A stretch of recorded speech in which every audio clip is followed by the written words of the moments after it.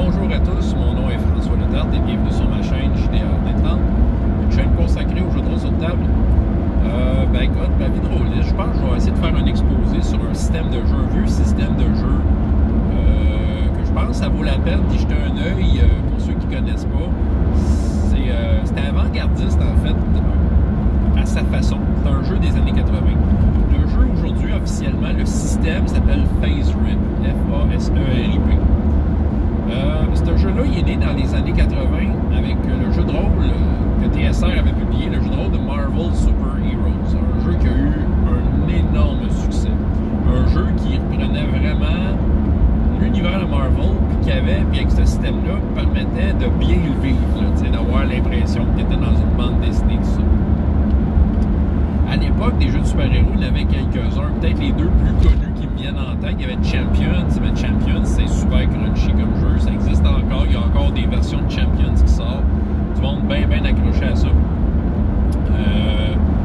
Champions, peut-être, là, ça a été un peu le modèle de base pour le Hero System. Il y en a qui connaissent peut-être ça, c'est un jeu de rôle quand même très crunchy, là, il y a beaucoup de détails là-dedans. Puis il y avait Villains and Vigilantes, je pense, qui était un jeu, mais qui, probablement, point de vue mécanique, avait peut-être besoin de travail. C'était très old school. Là. Je sais qu'il y en a eu d'autres, mais mettons, c'est les deux plus connus qu'il y a eu. Mais là, Marvel amenait ça complètement dans une autre direction. Bon, un système unique pour faire tout, tu sais, premièrement. C'est sûrement pas le premier à le faire, mais du moins, eux autres le faisaient de façon très claire. Tu avais comme une espèce de table. Tu roulais un pourcentage, il fallait que tu pognes haut. Puis selon le niveau de ta caractéristique, ça disait à quel point tu avais réussi. C'est une table avec des couleurs blanc, vert, jaune, rouge. OK? Évidemment, c'est ça. Fait que là, plus que, si tu étais dans le blanc, tu avais manqué. Dans le vert, ben c'est ça qui arrive. Qu'est-ce que c'est avant-gardiste? C'est cette partie-là, le vert, jaune et rouge. Le vert, c'était comme un genre de oui mais. Il ne disait pas de même. Aujourd'hui, c'est un terme qu'on utilise dans les jeux de rôle plus modernes. T'sais. Oui mais, jaune c'était oui, puis rouge c'était oui et. OK? Juste la partie non qui était juste non. C'est ça. Ben c'est ça. Fait que tu avais vraiment des degrés de succès. Puis ça c'était le fun. Ça pimentait vraiment les jeux de dés. Fait qu'il fallait que tu pognes haut. Cette table-là servait pour tout. Tous les jets de dés passaient par cette table-là. Ça appelait ça la table universelle. Fait que ça, là, tu partais, là, tu pouvais voyager les jets avec Marvel. Tu avais ta fiche de personnage. Meneur de jeu, il avait juste besoin d'avoir cette table-là dans les mains, là, puis il renaît sa game. Puis, tu sais, à l'époque, d'être aussi minimaliste, c'était pas tant la norme, là, je veux dire, quand on sait que, je trouve que dans les années 80, il y avait beaucoup de jeux qui tendaient vers plus de simulation, fait que tu avais besoin de beaucoup de livres. On pense à Rollmaster, justement, des genres de jeux-là, bon, Advanced Dungeons and Dragons de l'époque, tu avais besoin de beaucoup de livres. Tu pouvais le faire sans livre, mais c'était le fun de les avoir proches. Mais Marvel, pas tant, non. Tu avais juste besoin du stat block qui était très simple. Parlons-en donc du stat block. Le mot FASERIP. Le mot FASERIP, c'est l'acronyme de tous les 7 attributs de base. Tu roules en dehors de tes pouvoirs de super-héros, tes caractéristiques de personne, pas de pouvoir, c'était ça. Fait que là, c'est F, c'était fighting, A, c'était agilité, S, strength, E, endurance, R, reason, I, intuition, P, psyche. OK? Fait que là, ça fait FASERIP. OK? Fait que là, dans le fond, tes caractéristiques étaient...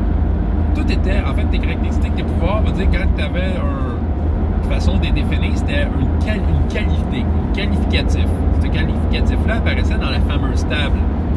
Puis tu avais comme genre feeble, poor, typical, good, excellent. C'était tous des mots, puis chaque mot était... Il y avait quand même des chiffres associés à ça. Mais reste que le gars qui est parti ça, il a voulu faire en sorte que ça soit instinctif. Tu as good en strength. Fait que good, tu étais capable de te faire une idée. Tu n'avais pas besoin de jouer avec les chiffres. C'est sûr que les chiffres, ça parle aussi. Mais je trouvais que ça donnait le petit côté super-héros. Je me souviens que Spider-Man avait Amazing en strength. OK? C'était son strength, c'était Amazing. Hulk avait Unearthly. Je me souviens de ça. OK? Fait que, il y avait de quoi de très imagé, très coloré Fait que, tu sais, dans le fond, tu déterminais ton personnage et les stats qu'il y avait là, puis les pouvoirs que tu choisissais. Ben, en fait, que tu choisissais, je vais ouvrir une parenthèse là-dessus, là, dans pas long, là, mais il y avait aussi ces caractéristiques-là. Tu sais, pour tes points de vie, ça marchait avec tes points de vie. Tes points de vie, dans le fond, tu additionnais le chiffre associé à ta qualité de chacune de tes stats physiques, le FASE, tu additionnais les chiffres de ça, c'était des points de vie, puis tu avais des points de mental qui étaient comme les 3 autres chiffres de ce point de mental. Tu sais, à travers ça, ton argent, ça marchait avec la même table. Tu avais feeble, si tu étais feeble en ressources, tu étais quelqu'un sur l'aide sociale, beaucoup. Tu ne peux pas te racheter ce que tu voulais. Mais c'est ça. Mais tu sais, Tony Stark, là, je pense qu'il était dans les shifts dans ses ressources, tu sais, sûrement. Bon. C'était pas mal ça. Écoute, Marvel Super Heroes. Tu sais, le but là d'un jeu de super-héros, entre autres, là, c'est d'être capable de faire un personnage que tu sais qu'il est capable de lever un autobus puis le pitcher au bout de ses bras. T'sais. Fait que tu sais, je trouve que ça, ce jeu-là, le faisait bien parce que sans même rouler les dés, mais tu sais, les chiffres parlaient d'eux-mêmes. Là. Puis les chiffres et les qualités.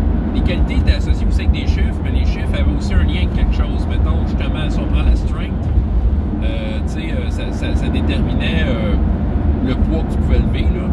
Tu sais, Hulk, de façon, il y avait une charte à part, là, mais tu sais, on savait qu'à Honor-Clee, Hulk pouvait le lever son autobus, le pitcher, parce que c'était comme, tu sais, quand tu étais Honor-Clee, c'était permis, ces affaires-là, tu sais. Ouais. C'était drôle, Marvel, par exemple. Puis nous autres, on suivait Marvel à la lettre. C'était très, très aléatoire faire un personnage à face rip. Oui, tout était aléatoire. C'est sûr que tu pouvais choisir. Si tu avais un concept et que tu étais à l'aise avec les qualificatifs, sans même rouler de dés, tu étais capable de dire, OK, il y aurait ça. C'est sûr que quelqu'un qui voulait être Munchkin boostait ça, là, mais tu sais, quelqu'un qui voulait faire un super-héros, tu sais, selon un concept bien précis, puis pouvait bien le mettre sur une feuille, ben c'était quand même assez facile. Mais reste que créer un personnage là-dedans, c'était hilarant. C'était tout aléatoire. Puis je te jure que la balance de jeu, là, il s'en sacrait, là. Ah oui. Tu sais, au début, tu déterminais comme ta race. Ton origine, c'est ça, il disait race, c'est origine. T'étais-tu un humain altéré? T'es-tu quelqu'un avec des technologies? T'es-tu un mutant? T'es-tu un extraterrestre? T'es-tu un demi-dieu? Tu sais, fait que c'est ça. Et t'es dans un groupe, tu pouvais te retrouver avec le gars avec des technologies, puis un demi-dieu, bon, on va dire Thor et Iron Man. Sauf que là, c'était tellement aléatoire. Tu sais, les stats de base, je veux dire, c'était super aléatoire. Fait que, tu sais, écoute, tu peux avoir un bonhomme super fort, super faible, tu sais, c'est ça. Puis tes pouvoirs, c'était tout aléatoire. T'allais dans des tables, là, ça te disait tel pouvoir, ok, t'avais tel pouvoir. Fait que t'avais des mix de pouvoirs, il n'y avait pas rapport, là. Tu sais, tu pouvais être le gars qui... le gars qui s'étirait puis qui faisait de la glace, tu sais, puis tu sais, des affaires de main. Tu pouvais avoir des mix, puis c'est ça. Mais nous autres, on les faisait de même, nos personnages. On trouvait ça bien cool, tu sais, on suivait ça, tu sais, on trouvait pas le nom du héros au début, là, tu sais, on regardait c'était quoi l'espèce de freak qu'on avait créé avec des dés, là, pour dire, OK, ça c'est son nom, puis on dessinait son costume, tu sais. Fait que, tu sais, on avait du fun. Sérieux, il y a quand même de... Bon, ceux qui aiment ça, la balance de jeu, je veux pas ce jeu-là de cette façon-là, parce que vous allez rager bien raide, là. Mais reste que c'était super drôle, tu sais. Puis nous autres, on faisait avec, on avait quand même des bonnes games, on avait du fun, tu sais, veux dire. C'était tellement simple à régler. Qu'est-ce que ce système-là aussi? Ouais, ben il y a un système de points de karma, tu sais, des points d'expérience, des points de karma, mais qui pouvaient être aussi utilisés dans des jets de dés. Les points de karma, par contre, si le maître de jeu était moindrement à la vue, c'était quand même un système d'économie de points qui bougeait beaucoup, dans un sens. Parce que théoriquement, selon ce que tu faisais dans la game, tu pouvais avoir des points de karma en jeu. Puis tu avais une table très précise de ça. Tu sais, genre, OK, peut-être une vieille dame à traverser la rue, genre, t'avais 2 points de karma. Mais tu sauves la ville, t'en avais genre 6 000. Je sais pas, c'était... Je sors des chiffres un peu de même. Mais tu sais, selon ce que t'as fait, c'était pas à la fin de la game nécessairement. Tu pouvais en avoir à la fin de la game, mettons, finir une mission blank, vous savez ça, là. Mais tu sais, en cours de route, ce que ton personnage faisait, gagnait des points de karma. Là, tu pouvais les garder pour essayer de monter des statistiques. Évidemment, plus que ta stat c'était haute, plus que c'était coûteux d'augmenter ta caractéristique. Mais, tu sais, ou en jeu, justement, les utiliser pour changer des résultats de dés. C'est ça qui arrive. Je vais y revenir à ça, là, les résultats de dés dans le jeu-là. Fait qu'il y avait ça. Puis aussi, tu pouvais utiliser ces points hey, je dépense tant de points pour aller dans le voyons, il appelait ça le pool, là, c'était un peu le pot de karma pour le groupe en entier. Ça pouvait donner de tes points de karma à quelqu'un d'autre pour l'aider. Fait que, il y avait le principe de travail d'équipe qui était là. T'sais, Marvel prévoyait que tu jouais les gentils, mais il y avait quand même des règles pour les méchants. Si tu voulais faire des super méchants, ben, c'était faisable de faire ça. Mais c'est ça. Mais Marvel, c'est ça, c'était... Pour moi, là, Marvel, ça a été comme le jeu qui m'a sorti de Donjons et Dragons dans mes premières années. Dans ma première année de jeu, c'est le premier jeu que j'ai découvert, tu sais, après Donjon. C'était mon club à l'école secondaire, puis ils m'avaient mis une table, les gars jouaient à ça, puis moi, ça m'avait complètement ouvert les yeux. J'étais comme, OK, regarde ça, ce système-là, je suis capable pour moi, c'était comme facile de m'imaginer là-dedans, de trouver des réponses logiques aux questions des joueurs. La règle n'existe pas, c'est pas grave. La table universelle a ta réponse. Ah, les combats, c'était cool. Les combats, écoute, évidemment, dépendant le move que tu faisais, les résultats de couleurs, il y avait quand même de quoi être précis selon le type d'attaque que tu faisais. Puis, donc, évidemment, plus que tu te rapprochais du rouge, plus que ton coup était fort. Il y avait même des kills automatiques là-dedans. C'est ça. Puis, qu'est-ce qu'il y avait? Écoute, la façon dont les points de vie étaient gérés, la mort, là, la façon que tu t'affaiblissais, c'était vraiment... Écoute, c'était bien pensé, pareil. C'est ça. Mais les combats, c'était cool. Puis, ah oui, déplacer les personnages. Ça aussi, c'était relativement avant-gardiste pour l'époque. Je veux dire, ça y allait par zone. Fait que, si tu faisais une map, tu calculais pas au mètre précis qu'est-ce que tu faisais. Tu disais ça c'est une zone, ça c'est une zone, ça c'est une zone. Fait que, normalement, tu pouvais te déplacer d'une zone à l'autre si tu avais les moyens d'y aller. Mettons que, monter sur le top d'un building, mais il faut que tu voles, Fait que si toi et ton personnage, faut qu'il grimpe, ben là, c'était différent. Là. Il fallait comme user de jugement. Mais en même temps, c'était bien simple. Tu allais d'une zone à l'autre. Fait que dans une seule et même zone, là, qui était comme, mettons, le top d'un building, puis là, il y a une bataille, ben tu te déplaçais librement là-dedans. Là, ça calculait pas dans tes moves. Là, toi, tu te concentrais sur ton action. Autrement dit, les maps, c'était comme un petit support visuel. Là, il n'y avait rien de hyper tactique. C'était un petit support visuel pour juste te situer. Mais ce qui se passe à l'intérieur, c'est du théâtre de l'esprit. Et je pense que dans le super-héros, c'est super important le théâtre de l'esprit. Parce que tu fais des affaires over the top. C'est pour ça qu'un jeu comme Champion, je sais qu'il y en a qui vont triper sur Champion, mais c'est beaucoup de simulation. Si on veut suivre le jeu, je suis sûr qu'il y a moyen de contourner ça. Là. Mais je pense que les super-héros, si tu lis une bande dessinée, veut dire... on se soucie pas tant que ça des distances puis de ces affaires-là. Le héros fait sa job dans un environnement X, puis c'est ça. Puis je pense que Marvel, c'était ça qui nous encourageait à faire, Fait que, tu y allais à distance. Si t'avais un super rayon qui tirait, qui disait que tu étais efficace dans le temps, en dedans de 3 zones, ben tu le savais, c'était à peu près, là, mais tu le savais, en dehors de 3 zones, t'es pas supposé être capable d'atteindre ton ennemi, tout ça. Fait que c'est ça. Fait que en ayant cette table-là, qui pouvait comme un peu raconter l'effet de ton action que tu faisais, la fameuse table universelle avec les couleurs, puis l'imagination, puis le désir de faire du super-héros, t'avais vraiment un super outil. Ce jeu-là a quand même eu... Écoute, à l'époque, il était super documenté, soit de temps passant. Je pense qu'il suivait beaucoup l'univers de Marvel. Fait qu'il y avait des mises à jour à chaque année, des super-héros, qu'est-ce qui était passé dans les bandes dessinées, tout ça. Le jeu, il a arrêté. TSR, par la suite, a fait un autre jeu de super-héros complètement différent qui s'appelait Saga. Au dire de certains, c'était pas mal bien. Je ne sais pas, les opinions sont très partagées. Ça jouait avec des cartes. Tu avais des cartes. Puis, tu décidais à quel moment que tu sortais une bonne carte pour faire un move, c'est ça. Puis là, par la suite, ils ont perdu ça, Wizards of the Coast, tout ça. Puis, si on prend juste l'univers de Marvel, ben, il est allé dans les mains de plein de compagnies, Margaret Weis, une autre compagnie. Mais là, présentement, à ce que je sache, juste l'univers de Marvel, il n'y a personne qui a comme les licences. Voilà.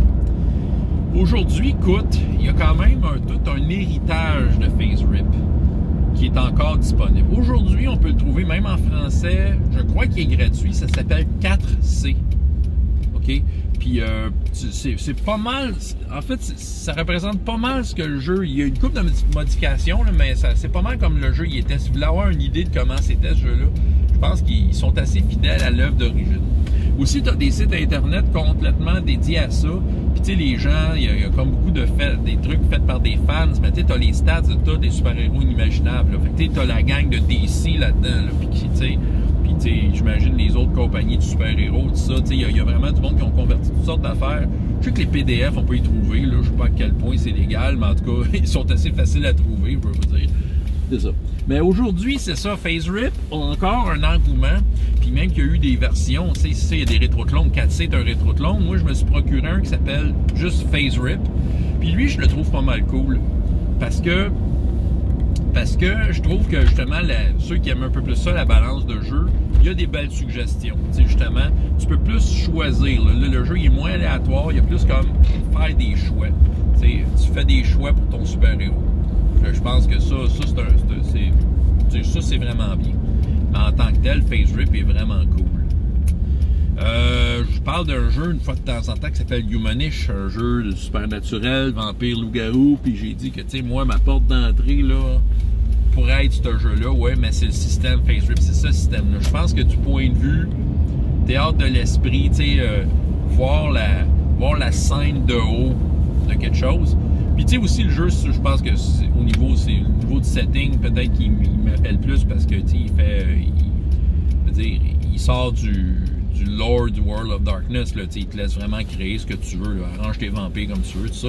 Mais tu sais, de voir les vampires, les loups-garous un peu de cet angle-là, avec ce système de jeu-là, moi ça m'appelle, puis tu sais, je l'ai lu le livre, puis je trouve que, tu sais, il est quand même bien monté pour chaque type de supernaturel, t'as quand même des choix intéressants qui te ramènent, qui te gardent, qui t'éparpille pas trop de quel type de personnage que t'es, mais reste que t'as quand même beaucoup de choix, tout ça. Puis il y a comme un système d'humanité, si on veut. C'est un peu ça, Humanish, là, le thème derrière ça, c'est que tu sais, c'est à quel point tu gardes ton humanité ou pas. Puis il y a comme tout un système de points selon qu'est-ce que t'as pris comme personnage supernaturel. Mais c'est FaceRip, c'est ça. C'est le même système. Bon. Je te dirais peut-être le plus gros défaut. Si je pense le plus gros défaut de ce système de jeu-là, que je trouve, si je regarde en rétrospective, c'est, comment je pourrais dire, le taux d'échec dans les jets de dés. Quand tu roules les dés, les chances que tu rates sont énormes. Puis étant donné que c'est juste un nom ordinaire, il faut que tu fudges un peu le résultat, la conséquence d'un nom, là, mais en tant que tel, c'est ça. Puis ça veut dire que, je pense que quand tu es typical, un humain normal, là, en bonne santé, adulte, il y a typical dans tout. Typical, là, t'as plus, si tu arrives à faire une action, tu roules les dés, t'as plus qu'une chance sur 2 de rater. Ça veut dire, mais c'est ça, c'est plus ou moins réaliste, là, fait que, mais reste que c'est ça, OK? Bon, fait que je trouve que le taux d'échec est assez élevé. Puis ça, c'est un peu décevant quand tu fais du super-héros. Tu veux la pitcher ton autobus, tu veux que ça marche, tu veux que ça fasse comme dans la bande dessinée. Tu sais que Hulk, s'il pogne son autobus, il va pitcher, mais selon le jeu, ben écoute, il y a des chances assez élevées sur 100, là, en pourcentage, de rater. Fait que tu sais, je dis pas qu'il faut qu'il réussisse tout le temps. Mais je pense que le jeu, si on joue à ça, qu'on veut comme un peu absorber la frustration de rater aussi souvent. C'est correct de rater, mais il faut qu'il y ait un prix au bout. Bon, les 3 trucs que je ferais, c'est rouler les dés moins souvent. En roulant les dés moins souvent, tu as moins de chances de faire des échecs. Tu peux comme dire, tu peux comme prendre le principe du take 10 des 20, là, veut dire, tu l'as la qualité. Tu sais que typical, ben, il est capable de faire des affaires de typical. Tu sais que le gars qui a excellent dans sa stat, il est capable de faire des affaires de gars à son niveau excellent. Puis tu sais, ça fait souvent des descriptifs selon la stat que tu utilisais. Mettons que tu utilisais ton reason, ben quelqu'un qui a excellent reason est comparable à tel genre de gars intelligent dans la vie, tu sais. Fait que tu sais, tu pourrais juste ne pas rouler les dés, y aller plus comme en racontant patente. Puis de toute façon, s'il n'y a pas vraiment d'issue réelle, tu sais, ça je pense que c'est le truc anyway, là, universel de tous les jeux de rôle de l'univers, là. Mais tu sais, s'il n'y a pas vraiment de conséquences à mettre sur, tu sais, est-ce que c'est nécessaire d'avoir un échec au bout de ce que tu essaies de faire, là, tu sais, fait que tu sais, juste avec ça, juste avec ces mots-clés-là qui sont très, très descriptifs, tu es capable de t'en sortir. L'autre truc, c'est les fameux karmas.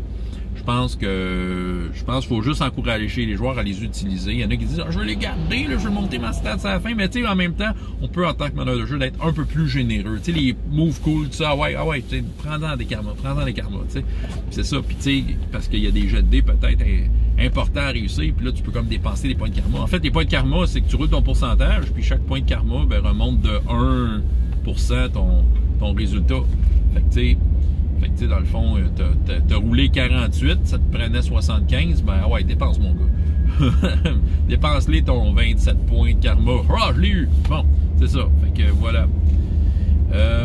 Ouais, c'était vraiment cool. Écoute, qu'est-ce que je peux dire? Peut-être, c'est ça, tu sais, mettons quelque chose de plus difficile, dans le fond, ta qualité se tassait à droite, à gauche, tu sais. C'est ça. Tu sais, il y avait vraiment toutes sortes d'affaires. C'est super simple à prendre en main, ce système-là. C'est instinctif. Tu sais, la preuve, là. Je veux dire, moi, quand j'ai eu ça, ce jeu-là, peut-être 15 ans, tu sais, 14 ans. Puis, tu sais, je veux dire, l'anglais me débrouillait un peu, mais c'est ça, mais le jeu était en anglais. La version que j'avais était en anglais. Puis, tu sais, j'ai comme un peu appris l'anglais à travers ce jeu-là. Ça veut dire que le jeu, je le comprenais tout croche, là. Mais, tu sais, ça reste que mécaniquement parlant, on savait, tu sais, on savait où est-ce qu'on s'en allait. Tu sais, les mots-clés étaient clairs, je les comprenais toutes. Puis la table universelle, ben tu sais, c'est des couleurs, là. Tu roulais, tu checkais la table, ah, tu l'as eu, c'est ça. Puis tu sais, écoute, j'ai fait, tu sais, dans ma jeune adolescence, de 14 ans à peut-être 16 ans, j'ai joué à ce jeu-là, mon gars, là. J'ai joué, on jouait plusieurs fois par semaine, puis c'était toujours la même petite table universelle. On a eu des aventures incroyables, des méchants qui écœuraient les joueurs, du voyage dans le temps, puis ah ouais, tu sais, puis l'univers en péril, là, puis tu sais, nos héros, ils s'en sortaient tout le temps, ils perdaient beaucoup de points, mais ils finissaient tout le temps par s'en sortir, puis voilà, tu sais, on avait un fun noir, parce que ce jeu-là, tu sais, c'est ça, on naviguait dedans, puis on avait du fun, puis tu sais, même mes joueurs qui n'ont pas lu le livre, ben tu sais, le jeu, il est assez instinctif pour qu'eux autres puissent prendre position dans le jeu, dans ce système-là, c'est ça. Un jour, je vais y rejouer. Humanity, je suis dans ma liste de jeux éventuellement que j'aimerais ça essayer. Mais même Phase Rip, que j'ai déjà essayé dans une convention, puis que j'avais... Écoute, ça m'avait renoué avec... Comment c'était le fun, ce jeu-là. Fait que, tu sais, v'là 35 ans de ça et plus, est sorti un jeu qui était en avance sur son temps et qui capturait vraiment l'ambiance du super-héros avec, je pense, la simplicité que ça avait de besoin. Ça a besoin d'être simple, ça a besoin d'être théâtre de l'esprit, et ça a besoin que les chiffres t'appuient dans ce que tu fais. Ouais, fait que c'est ça. Ça me tentait de vous parler de Phase Rip un matin. Si j'y pense, je vais mettre un lien vers 4C, le jeu en français, mais je sais qu'il y a pas juste 4C, c'est comme je dis, il y a Phase Rip, puis je pense qu'il y en a un ou deux autres qui ont d'autres noms. Je pense qu'il y en a un qui s'appelle... Ben, 4C, ça veut dire pour 4 colors, soit dit ça en passant, là. Mais 4 couleurs. Mais c'est ça, je sais que je vais essayer de mettre 4C, qui est pas mal sa coche pour représenter ça. Fait que vous voulez faire du super-héros, vous voulez pas trop vous casser la tête, ce système-là, il est super bien. François Letarte, JDR D30, et jusqu'à la prochaine fois, il y a autant de plaisir dans la vie que dans les jeux. Au revoir.